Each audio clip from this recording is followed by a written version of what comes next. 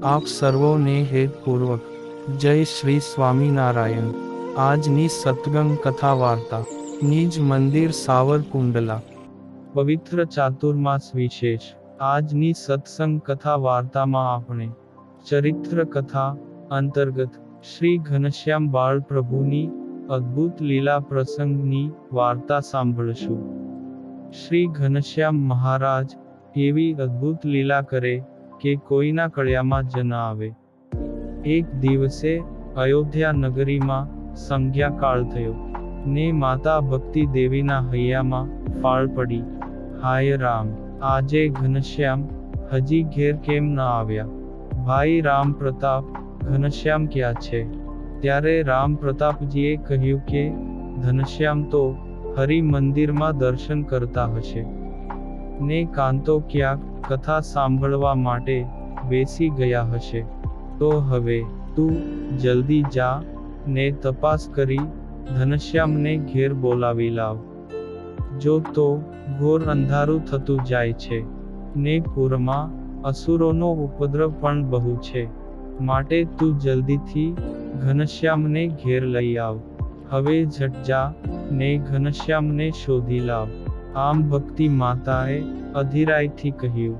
ત્યારે માતાની અધીરાઈ જોઈ રામ પ્રતાપભાઈ બાળ પ્રભુ શ્રી ઘનશ્યામ મહારાજની તપાસ કરવા નીકળ્યા।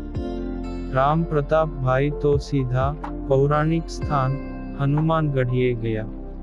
ત્યાં શ્રી ઘનશ્યામને રામાયણની રામકથા સાંભળતા જોયા। ત્યારે ભાઈએ તેમને કહ્યું કે ઘનશ્યામ, હવે તો રાત્રિ પડી, તમે હજુની ઘેર નને આવ્યા।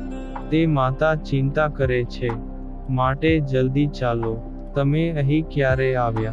ત્યારે ત્યાં સાથે કથા સાંભળનારાઓએ કહ્યું કે એ તો સંધ્યા સમયના અહીં જ અમારા સાથે બેસીને કથા સાંભળે છે।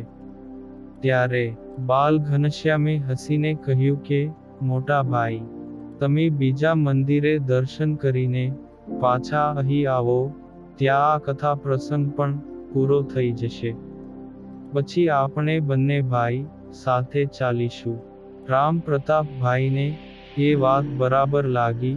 તે રત્ન સિંહાસને દર્શન કરવા ગયા।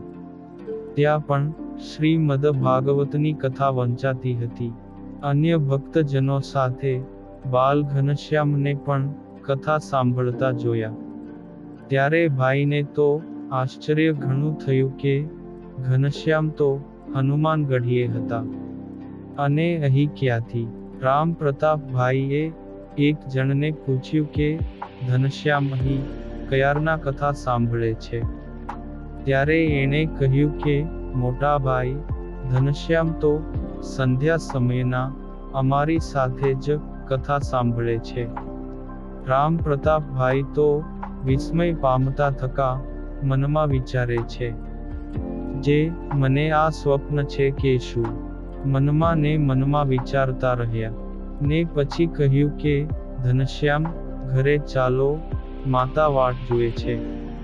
ત્યારે ઘનશ્યામે કહ્યું કે હા ભાઈ, હમણાં જ આવું, તમે બીજા મંદિરે દર્શન કરતા આવો, ત્યાં આ દશમ સ્કંદનો અધ્યાય પૂરો થઈ જશે, પછી બંને સાથે ઘેર જઈશું। તે રામ પ્રતાપ તો તુરંત જ ઉતાવળી ચાલે ત્રીજા સ્થળે કનક ભુવને દેવના દર્શન કરવા ગયા। ત્યાં પણ ઘનશ્યામ પ્રભુ એક પગે ઊભા ઊભા માળા ફેરવતા હતા। ત્યારે રામ પ્રતાપભાઈ તો ત્યાં ઘનશ્યામને જોઈને વધારે ભ્રમણામાં પડ્યા। ખરેખર મને સ્વપ્ન છે કે શું? ત્યાં લોકોને પૂછ્યું કે ઘનશ્યામ અહીં ક્યારના છે? તે ત્યાંના પૂજારીએ જવાબ આપ્યો, જે ઘનશ્યામ તો અહીં સંધ્યા સમયના આમ જ એક ચિત્તે તપની માળા ફેરવે છે। ત્યારે રામ પ્રતાપભાઈને વધારે આશ્ચર્ય થયું। પછી તેમને થયું કે બીજા મંદિરોએ તો તપાસ કરું ને જે મંદિરે ગયા ત્યાં તે મંદિરે ઘનશ્યામને જોયા। આમ નજીકમાં કુલ 8-10 મંદિરોમાં ફરી વળ્યા। પછી ફરીથી હનુમાનગઢીએ ગયા તો ત્યાં પણ ઘનશ્યામ કથામાં એકાગ્ર ચિત્તે બેઠેલા જોયા.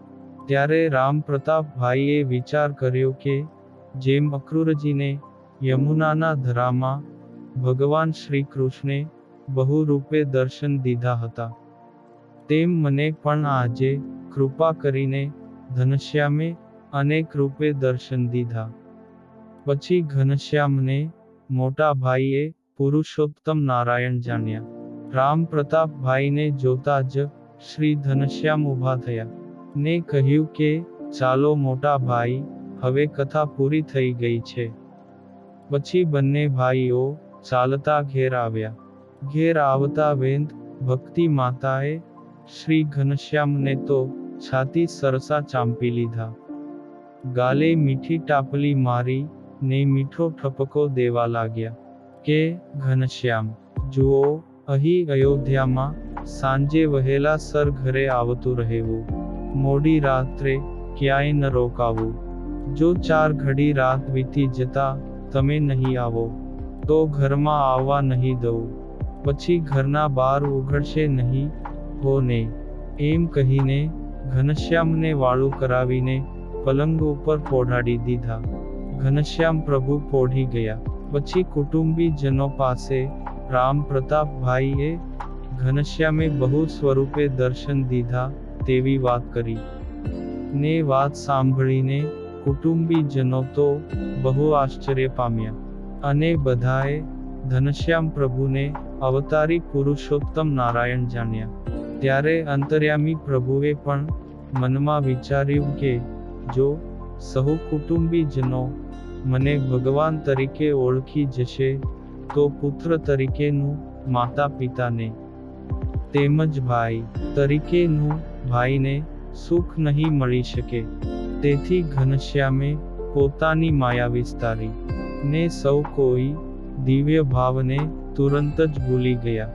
આ પાવન પ્રસંગ આપણે ભગવાન શ્રી સ્વામિનારાયણ લીલામૃતમાંથી સાંભળ્યો અને હવે પછીની કથા વાર્તા આપણે આગળના ભાગમાં સાંભળશું.